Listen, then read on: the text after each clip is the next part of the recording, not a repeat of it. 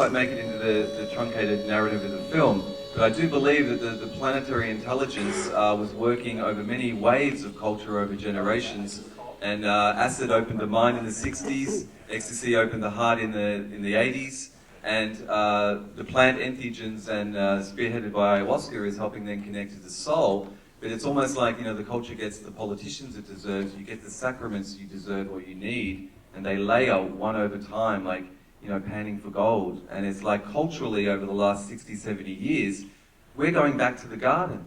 We're now in this Western culture, which is going not just down to Peru and South America, but they're rediscovering entheogens, these sacred substances that the indigenous people have held very close to their chest, you know, as the medicines for their community.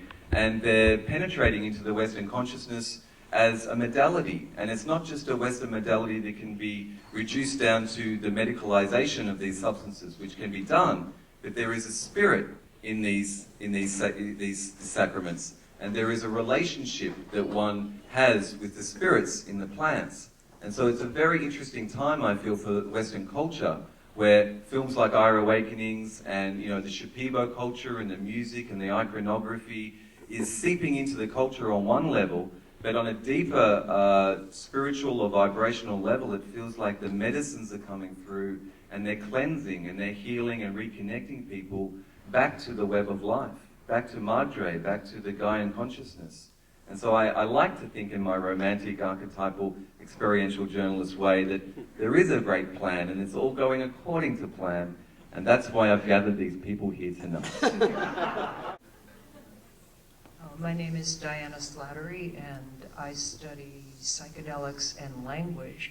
And I ran into Rack ran into me, relative to the linguistic parts of his book and his movie, which is absolutely gorgeous, by the way.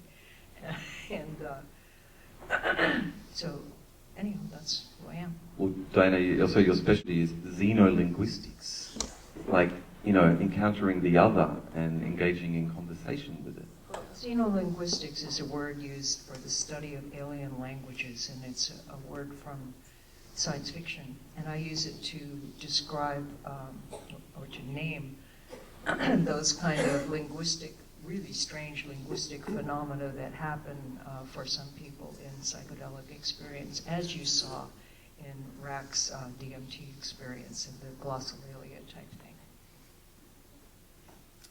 thing. Hi, I'm Eric Davis. I'm a writer and sometime journalist, and I've been studying the counterculture, history of the counterculture, and I'm interested in a lot of ways that psychedelics, more than most things in our world, connect us to very different kinds of languages, ways of looking at things, linking science and economics and culture and poetry and psychology and spirits, and it's a remarkable place to understand how we divide reality and how reality gets stitched back together. I do a podcast called Expanding Mind that covers psychedelics, consciousness, spirituality, magic, neuroscience, and I'm getting a PhD right now, and somehow they're letting me write about Terence McKenna and Robert Anton Wilson, and I'm sort of looking at a certain phase of the history that Rock referred to of how these things came into the West, and all of the confusion and marvels that arise in that encounter. And I'm completely fascinated with how ayahuasca in particular is entering into our into a Western culture and the challenges and the marvels that particular confrontation and engagement is producing. Hi, I'm Jonathan Phillips. I usually go by Talat. I know most people here from my work with co-founding the web magazine Reality Sandwich and the kind of social network, the Evolver Network. Have folks here heard of those? Yeah, cool. And I finally moved from New York to San Francisco and loving being in this spiritual center as well. One thing I'm particularly proud of is a book I wrote called The Electric Jesus, which tracked my journeys into seeing energy fields through MDMA and then ayahuasca and then the whole transformational culture that I think is going on. I'm an energy healer too, so combining the two. And I'm about to pop up after about a 4.5-year journey and write my first article about a pretty big shadow journey. And I'm going to call it Psychonaut, and the next book is going to be called, I think, Psychonaut. So keep your eyes out. I think it feels so good to finally come back above ground and be like, wow, this is a crazy shit I'm working on. And I gotta say, I loved that moon stuff and the DIY. Like, it was just so, like, what I feel like is going on. All this DIY, let's figure it out ourselves, psychonauting. So, God, that was fun.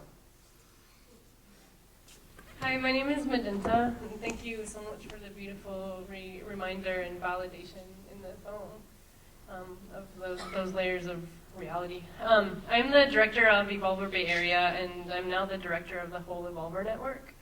And I'm also a healer and performer. I'm actually trying to start doing performance where I get people to do that kind of glossolalia that Rock is doing with me, like all together in a big room. I just go there. And I teach psychic and shamanic skills as an imagination healer. I think that's about it. This man needs no introduction after the film. Well, maybe you do. It's a pleasure to be back here. We screened this last year, and we also had a panel. I'm the mad scientist that hooked up RAC, La Rosacita, Dr. Juan. And my interest is not only just scientific, because I am a neuroscientist, so it's fascinating, right? But how do these chemicals change our consciousness to that extent? But I also have a lot of shamanic experience over 30 years probably. Ayahuasca around 10 years ago came into my life. Mushrooms have been my teachers all before that. And it's a very rich experience to explore these sacred medicines. And a lot of what you say is right on. You know, it's the way to reconnect with the mother at the organic, biological level. So, I love this movie. I've seen many ayahuasca films, and this one really is the journey. It's your very personal journey, and it's rich and poetic, and you know, I got goosebumps watching it. Okay, look, we're going to open the introduction of this. So, you know, the film does comment on some very deep issues, and ayahuasca culture is really blossoming in the West. It's we could go all the way back to the 1850s as the movie, the first introduction of the West. Richard Bruce throughout the early 20th century, Schultes, McKenna, William Burroughs. There's been a very slow trickle of contact with the jungle people and with ayahuasca, and it started to peak, you know, in the 1990s. Some of the first Western lodges were formed, and then we get to 2006 and the second Amazonian Shaman Conference, and boom, it really seems like there's this tipping point. And so the film is obviously, you know, a personal journey, but the film and the book as well, which goes into a lot deeper detail, what I really realized was it's a collective journey, and it's a journey of remembrance, and people are really engaging with this because ayahuasca has the lineage that people were looking for in the 60s of elders, of tribal guidance, of that connection. It's legal in South America. People can go there and can learn. There's a lot of teething issues around that culture now as like the shadows coming out, and there's, you know, pros and cons. But ayahuasca is providing a very safe platform as a vegetal medicine in broad stroke senses for Westerners to remember and to engage with this thing. But it is a medicine, and it's not necessarily for everyone or for the long term. It's for the healing and the remembrance. But I'm going to throw this back to the panel because, you know, we are in San Francisco and we are in this psychedelic and entheogenic culture. And I'm going to throw it to Eric maybe to start. This idea of, you know, what is happening on this cross-cultural level. We've had the 60s, we've had these waves of contact with different modalities and drug interfaces, and now we've got the plants. What do you think's going on? Well, one of the things that really interests me about ayahuasca that's different when you think about it from the Western perspective is that if you just take the West Coast psychedelic underground, that they were exposed to plant medicines early on. So in the 1950s, when LSD was making its way through a few research networks and the CIA was having fun with it, etc., Bohemians here would take peyote. So they'd go down, they'd get a truck, they'd go down to Texas, and they'd take peyote buttons and do their thing. I mean, there was peyote use here I know at least in the late 40s. And then, when mushrooms came in the 1970s and in the 60s, people started to figure out that there were psychoactive mushrooms that were in the region. And in the 70s, there was, people started to grow. So we've had these plant substances that do have, or did have, ethnographic structures of ritual and connecting. But for the most part, those didn't really make it into the way that Westerners were using these things. With a few exceptions, people would go down to Oaxaca or whatever. But for the most part, people were doing the DIY thing. But there's something interesting about ayahuasca, which is that even people who approach it who aren't necessarily interested in diving into the mythic universe of Amazonian peoples or who are really going for the gods, people who are approaching it maybe from a more psychoactive perspective or psychological perspective, psycho-spiritual perspective, who are more secular-minded, nonetheless, almost everybody does it in a structure. And they do it in a structure that is ritualistic, that has a container, that has an intelligence to it. And that, to me, is really remarkable, that you haven't seen a sort of spin-off of just kind of totally random DIY ayahuasca use, that even in Western circles where people are staying, they're not going down to the jungle, they're doing things here, and even ones who don't, I'm not a shaman, I'm just creating a structure, but those structures are deeply religious and magical in their dynamics. And that, to me, as much as the plant or the connection to nature is really key, that there's something about this particular medicine that demands a coherent group structure with some kind of central figure who isn't necessarily a shaman, but at the very least is holding the space, and also the role of music and sound, that the way in which sound becomes, is so integral to the process that, you're not really going to want to do it on your own if there's somebody who's not capable of singing your way through it, even if they're developing their own songs, which is also happening. And we're,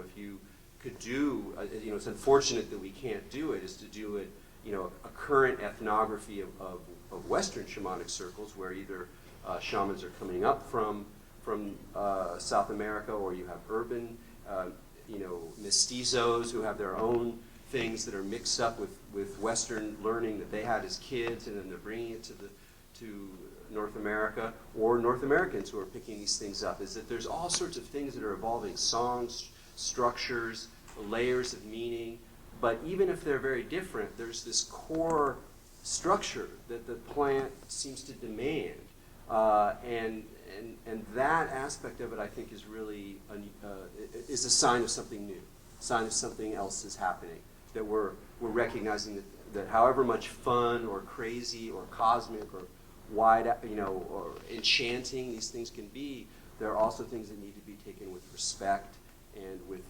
relationship with others, with a relationship with structure and boundary that allow these transformative processes to happen. So on that level, I'm extremely encouraged by the growth of interest in the plant. Eric, in one online commentary somewhere, I think you said something like the DMT flash, or that instant gnosis, is so full on and so transcendent and intense that it was around in the 60s and it's been around, but it never took on as well. But it seems to perfectly pattern match the distributed consciousness of this generation that's used to cloud computing, parallel processing, online, non-linear Facebook feeds. It's like the consciousness we have to now hold in 21st century Western culture is psychedelic.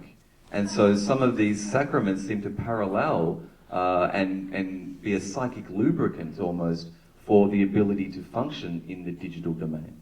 Yeah, absolutely. I mean, even in the 60s, that people made connect. Even McLuhan talked about LSD as a way to sort of empathize or resonate with the electric environment of media at that point. And that was still analog. It was a certain period in the history of media, and now we're in this crazy, crazy digital zone of you know, I mean, you know the complexity, you know the confusion and the multitasking, the sense of the virtual is something that can be modulated, the multidimensional things that are opened up with our media. And so it's very interesting, very odd, very synchronistic that DMT in particular has such an electronic register, such a high density, data density, vividness of imagery that this sort of takes it out of a kind of easy organic language. I mean, there's something extremely cosmic and electric about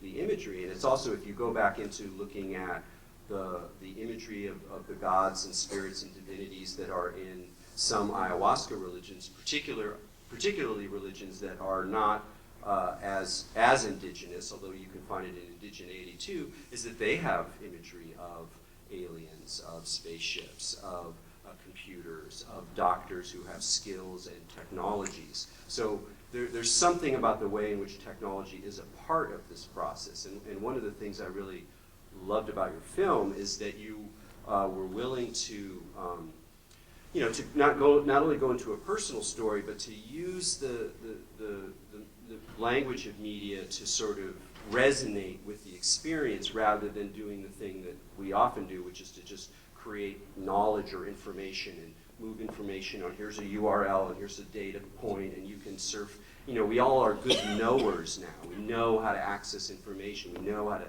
look at Wikipedia.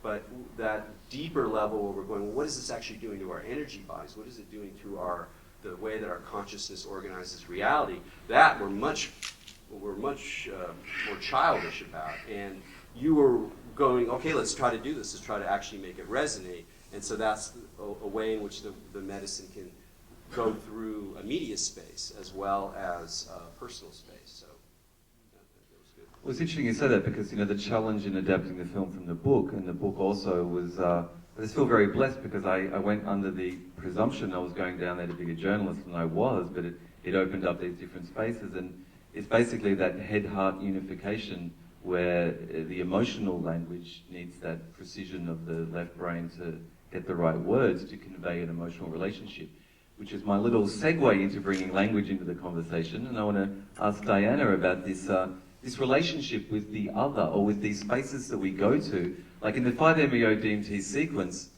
you know, that was an entity, but it was this, for me, it was the originating entity of deep source, and it's conscious. It's not only just conscious, it's broadcasting consciousness.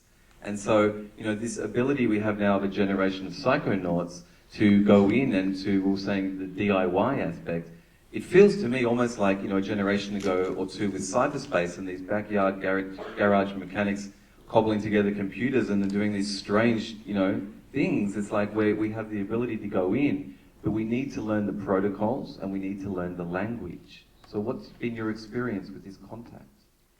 Well, I want to come back to language because I want to say something about Mother ayahuasca. and tying into what Eric was talking about, you know, what's going on, what's happening globally with this. And the way I see it is that Mother ayahuasca or Grandmother ayahuasca is one major force.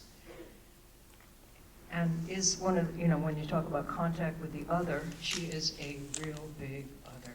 And I think what's actually really going on, if you take it, okay, we can talk about, you know, this level of default reality.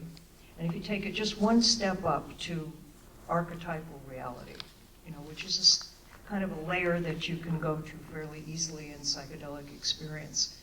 And I think what's happening up there is that Mama is in the midst of mounting what Philip K. Dick called a divine invasion. And I think that's really what's happening. And she is so organized. And she has done such a plan. And when you think of it economically, when you think of it spiritually, you can think of the whole thing, you know, ayahuasca tourism, whatever. But it's come, and it's coming all over the Western world. It's being brought home here. It's undergoing changes. Sometimes I said something to someone only half in jest, is that finding an ayahuasca circle in the Bay Area is like finding a Thai restaurant in LA. You know, it's like not very hard to find. And you know, that's just here. But it's going everywhere. It's going, you know, to, well, I think you all kind of have the sense of that. But I think that is going to make a change in this planet in some way that we can't predict at all, really. It's too big. And it's happening one person at a time, and one group at a time, and one movie at a time. And this whippersnapper, Razam, is one of her chief lieutenants, you know, going out and spreading the word, and is part of that divine invasion. And for that, I say thank you so much. And that's what I want to say. I wholeheartedly concur, and I'm slightly horrified as well because you've given the game away. It's that key phrase, the divine invasion from Philip K. Dick, is exactly my perception of the larger macro level scale. And it's not an invasion in a negative sense. It's like a cohabitation or it's a loading of a program.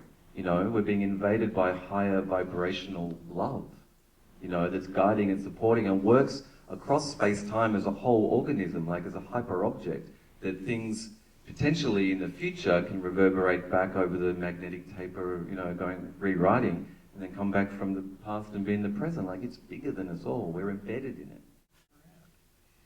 I agree, and there's actually something very beautiful in what you said, in that the group circuit that is created can get beyond the individual ego. So if you can set a intent with the group and hold that intent, I almost feel that a circuit is created in a group dynamic to hold the energy to receive the consciousness coming in, the signal. And some of my intuitions in Peru in the jungle, I mentioned the insects in the film, and I was realizing that higher vibrational energy is coming through them. And in the ecosystem, the insects, you know, turn on the frogs and amphibians, and they turn on the other animals. And it's a domino effect, which wakes up all the species. And all the species are like a collective species unconscious. It's almost like a satellite dish receiver, that the individual human can receive one frequency. And my shorthand is a pan-galactic bit torrent. It's coming from galactic center down into the Earth, you know, sphere, but it takes all the species to hold and reformulate the seed into the code, which then loads. Throw that one at you.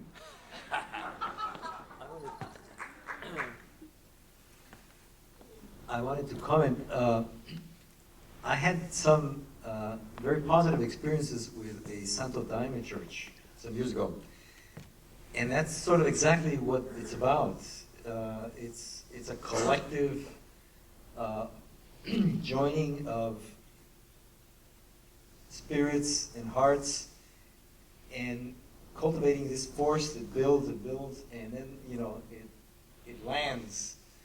And so it is that sort of thing. There's like an inner circle of the more experienced people, and they're the ones that are really like doing all the heavy lifting. And there's a moment in which the room is transformed, and this energy arrives. And this is when people have these. I used to do those ceremonies in the Santo Daime in Manhattan. And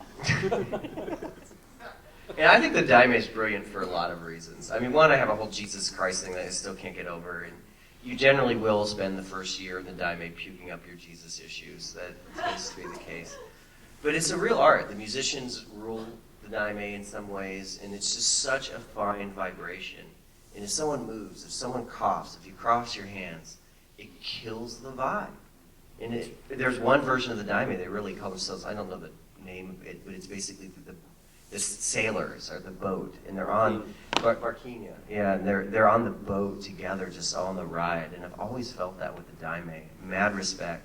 Another thing the Daime is doing that I think is very unique is mediumship training in certain more radical circles, which is literally, and some of the more radical circles are illumination works, where dark beings, dark energy can come through a human vessel. They would call it an appareo. And I mean, you just see it. These people are talking about glossolalia, fuck you, and then they bring the daime. And I mean, you see someone saying they're going to kill everyone in the Salao, the temple, and you're like, oh my God. And it was a normal person reading a book a minute ago. And they come over to this being saying, fuck you, fuck all you. And they're like, hey, here's some daime. We're here to heal with you. Here it is. And they'll drink, and then the energy, if it's a really good go, will go and illuminate. And they've illuminated a lot of shadow stuff that way. So I'm very passionate about the daime. I do want to ask a question here. How many people here have done ayahuasca? Raise your hand. Like high, actually raise them. Yeah. When we did the ayahuasca monologues in 2005 in New York, 250 people were there. 3 people raised their hand. It is spreading a lot, but what I see is it's hitting the coast a lot more. Rack, you probably see this because you travel around. I noticed the kids in like Buffalo, New York, and Indiana, they're like, God, get the DMT here. So if you know a good shaman, they probably do really good in Indianapolis and places. It's upset the social apple cart. A lot of the indigenous peoples who aren't shamans are now putting up the shingles saying they are shamans to capture the flow of money coming in with the tourists. And so there's still an exchange happening of knowledge and of money. And what I'm noticing in the West is that some of the people who go deep with the medicine have a real resonance with it and hear that call and hear that calling, and they need to support themselves financially in the world doing the work. And you know, there is this supply and demand issue, and I agree, it can be too expensive in Western culture. But I think it's a teething issue, because a lot of these people then get switched on, and communities are getting switched on. And I've seen, you know, this transition from an individual, hierarchical, one facilitator holding space and charging money to a more community-based approach, where as the saturation point happens with ayahuasca, it's no longer becoming about the individual practitioner. People are brewing their own medicine, they're growing their own, brewing their own. And I really believe it's just a teething issue of the culture that will transgress that. And the networks are finding themselves and are supporting themselves, and the medicine is spreading and the knowledge is spreading. So there you go. Dr. Juan, with your investigation, what are you discovering through this particular way of trying to understand something about the...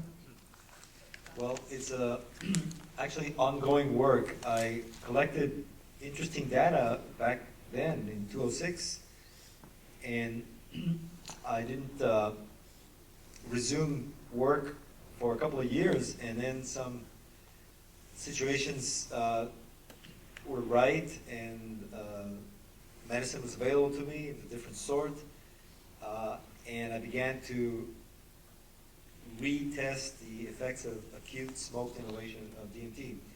And so I now have a pretty sizable set of pretty good EEG data, and it's beginning to show patterns. So I'm in the process of analyzing all this up, and I want to write it up and get it published.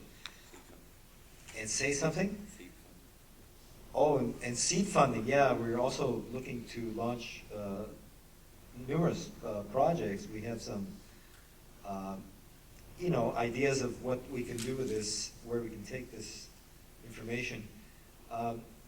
The study of the psychedelic science, it's really called psychedelic brain science, has reached quite a watershed in the last couple of years. There's some very tantalizing data now out there.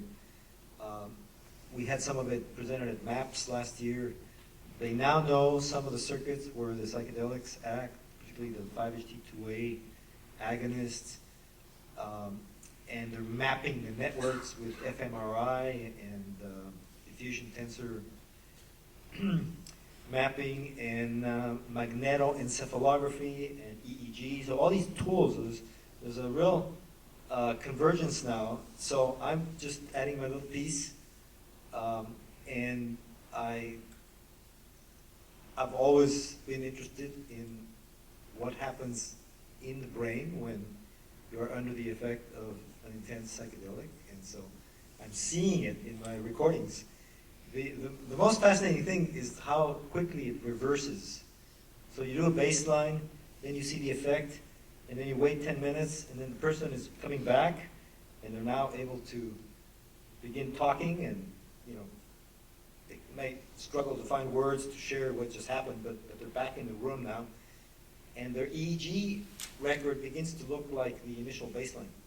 So that I find fascinating.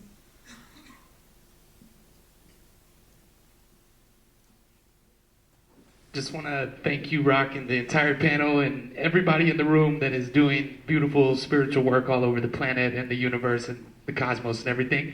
My question, I have not tried ayahuasca, but I have had an experience. I don't know if it was 5-MeO-DMT, but I basically blasted into the cosmos, had an encounter with the Hindu god Ganesh, and it was male and female, and they were slinging galaxies at each other. And I just want to know what you guys have seen in form of entities. Also, me and my lovely lady here are also looking for a local church or something that we can join. I know you may not be able to discuss this publicly, but if anybody has any information or wants to share with us, hopefully after the panel or whenever, we can all discuss this. But I'm curious, I know I encountered a Christ consciousness, alien entities. I'm just curious what all you found out there.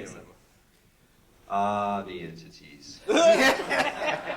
The entities are, in some ways the most confounding and amazing and unsettling aspect of this work. And one way that I've come to think about it is, try to make this a little brief. In our culture, we're taught and encouraged to treat things, the world, even to some degree other people, as its. The German philosopher Martin Buber talked about it as the I-it relationships. You just use this thing to get some other thing, use this person to get something done. And this is how we live a lot of our lives, and it's unfortunately how we kind of have to do a lot of our work. And, well, not have to, but I mean, given the current conditions. And then in the midst of that relationship with the world of its, then there's this moment suddenly where there's a thou, where there's an other that we're sort of called to relate to appreciate, to engage, to catch their eye, to respond back. And that might be, a dog that catches your own pet. We have all these relationships. We have our lovers, our friends, we have people that we relate to as thous. But it's a remarkable thing when in the midst of walking through the woods, or in the midst of some, deep space journey of abstract imagery, affect, emotions, half memories, patterns, strange landscapes, exotic buildings that, someone's looking at me. And that shift to me, I think, is extremely profound. Less perhaps about, to some degree, thinking about the nature of them, what they really are. Are they there? Are they not there? Is it a God? Am I supposed to worship this God? Is he giving me a message? Is the message true? All those kinds of questions. Those are part of the tricks and enigmas of encountering others. It's not about, you're not going to get a straight answer. But what I think is more, almost a deeper part of that is that it's encouraging this very simple thing that Rock has mentioned many times, and I'm glad he keeps coming back to it, is just reconnecting, connecting with others, that we are in relationship. And it sounds sort of like, on the one hand, we're like, yeah, of course I'm in a relationship. I got my girlfriend, and I got my pet, and whatever. But when you're at a point where you have to be in relation to the mystery. Now, so if you're in the relationship to the mystery, if the mystery is just some abstract concept, what does that mean? I don't know what that means. But sometimes the mystery puts on a mask, a face, incarnates, however we want to talk about it. I mean, there's many mysteries to the entities. They recur with great patterning. So it's hard to just sweep them under your, that's just my unconscious spitting that up. But whatever the ontology of it is, whatever it actually is, what it is doing is putting you in a place where you have to relate. You have to relate to the mystery. You can't pretend that this, grasshopper being is not looking at you right now. And all those things are happening. And in a way, that's a a laboratory or a petri dish for the way in which in our ordinary lives we have all these moments of an opportunity to relate, to go into the I-thou.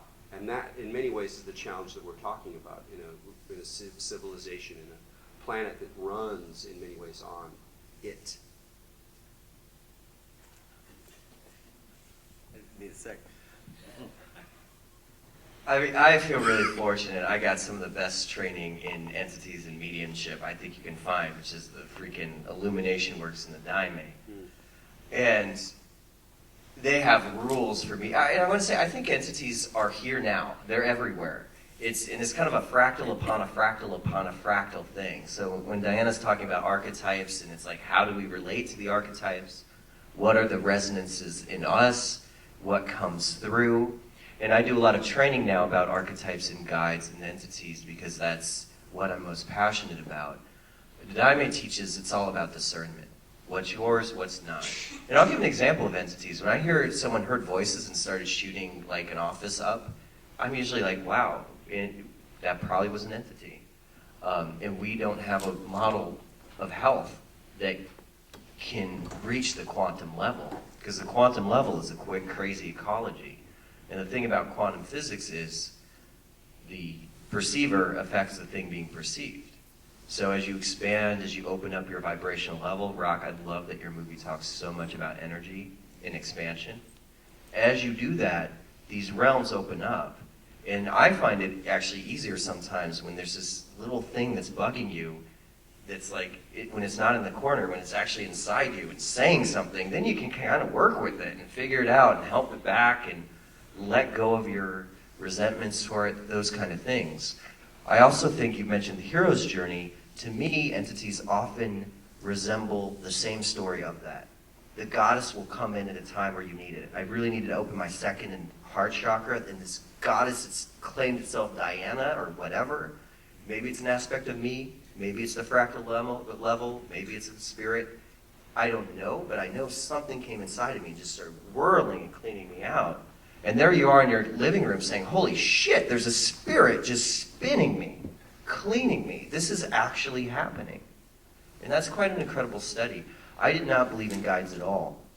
I could bring out dark beings all the time in this work, in the works, and I kept saying, where are the guides? There are no fucking guides. And I actually yelled at a very famous Santa Daime Padrino, there are no fucking guides, in front of like 100 people. Not my greatest moment in ceremony. But then on my birthday a couple years ago, same shaman, his wife says, call in your guides, and finally,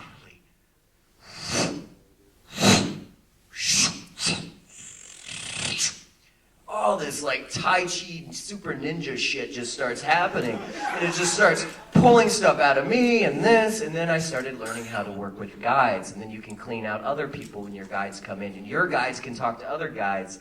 I saw this Padrino once, he just goes, his guide speaks this kind of guide language, he goes, and all the guides in the room just erupt and dance. And that's a fantastic study. How they didn't teach me this in high school, I don't know. It's really exciting.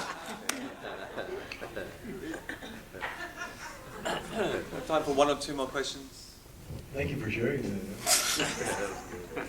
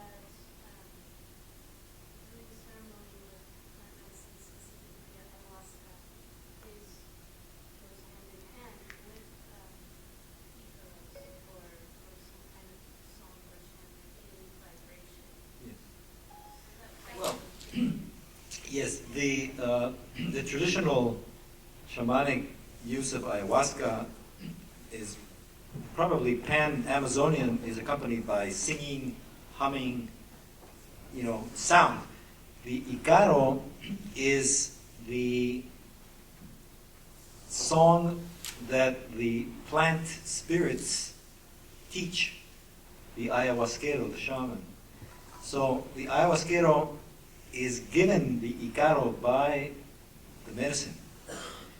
And so typically they get them after they do all the preparatory dietas, and it's a serious endeavor to begin to learn the Icaros.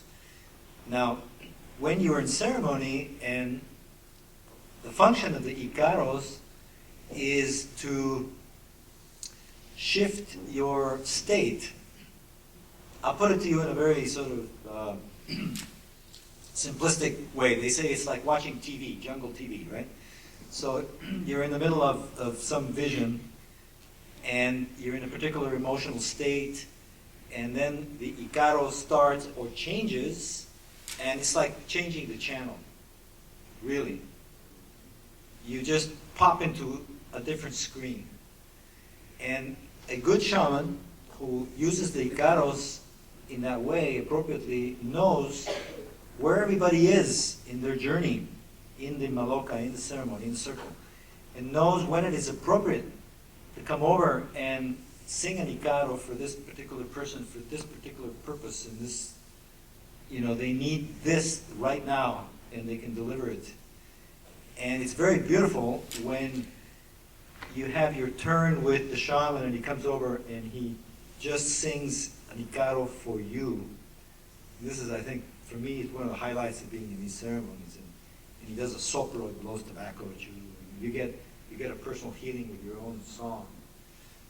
So, the Icaros are, some of them Spanish Quechua, some of the indigenous languages of the different groups of the Amazon. So it's a very, very big mixed bag. And there are famous singers of Icaros, and there's recordings. I mean, there's information you can tap into. There's a lot of beautiful recordings out there. I can help you in that direction. I'm sure you have some nice stuff too. Yeah. It was explained to me that that ayahuasca works also as a diagnostic tool, so she connects to the larger ecology of spirits. And when we're saying spirits, we're saying energy. Energy is energy on multiple levels, but it's vibrations. So sound and light are just different frequencies of the same energetic information. And so the Icaros are almost like the vibrational codes of the spirits. And it might be the spirit of Remo Cuspia tree, or it might be a spirit of another plant. And it's almost like the atomic signature, or this vibrational code that can transmit through ayahuasca, through the curandero, for the healing of the patient. But it's so interesting because it opens up this whole world of understanding the world as vibration, and that there's intelligence as vibration and consciousness as vibration. So it opens up a whole new sort of ecology of way of thinking of things.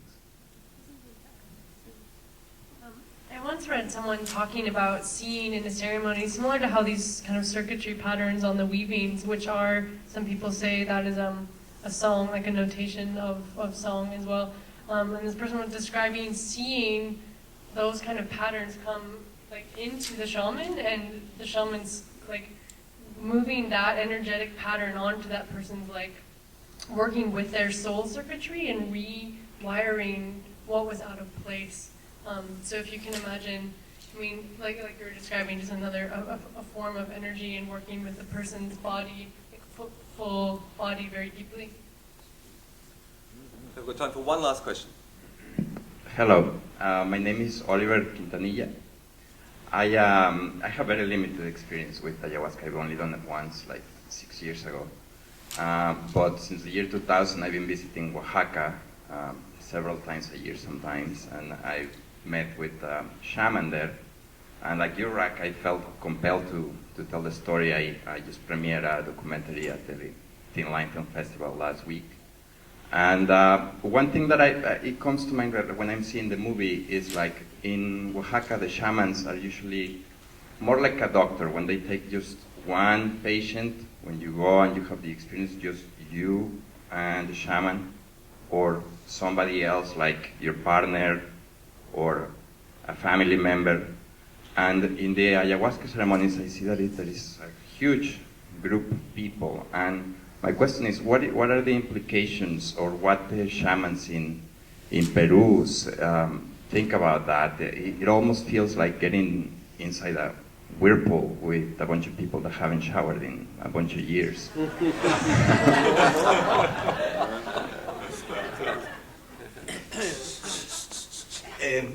That sometimes is how it feels, but the ayahuasqueros also do one-on-one work sometimes, you know, like a clinic. You go to visit them and they work with you. Where in Oaxaca? Was it the Mazatec? Huautla, so the veladas. Yes. Yeah, that's quite a different style, although I have done veladas with a group, a small group, where the curandera was also singing to the group. So there are some elements that are the same. Yeah, the issue of other people's energies in a ayahuasca circle can sometimes be a problem.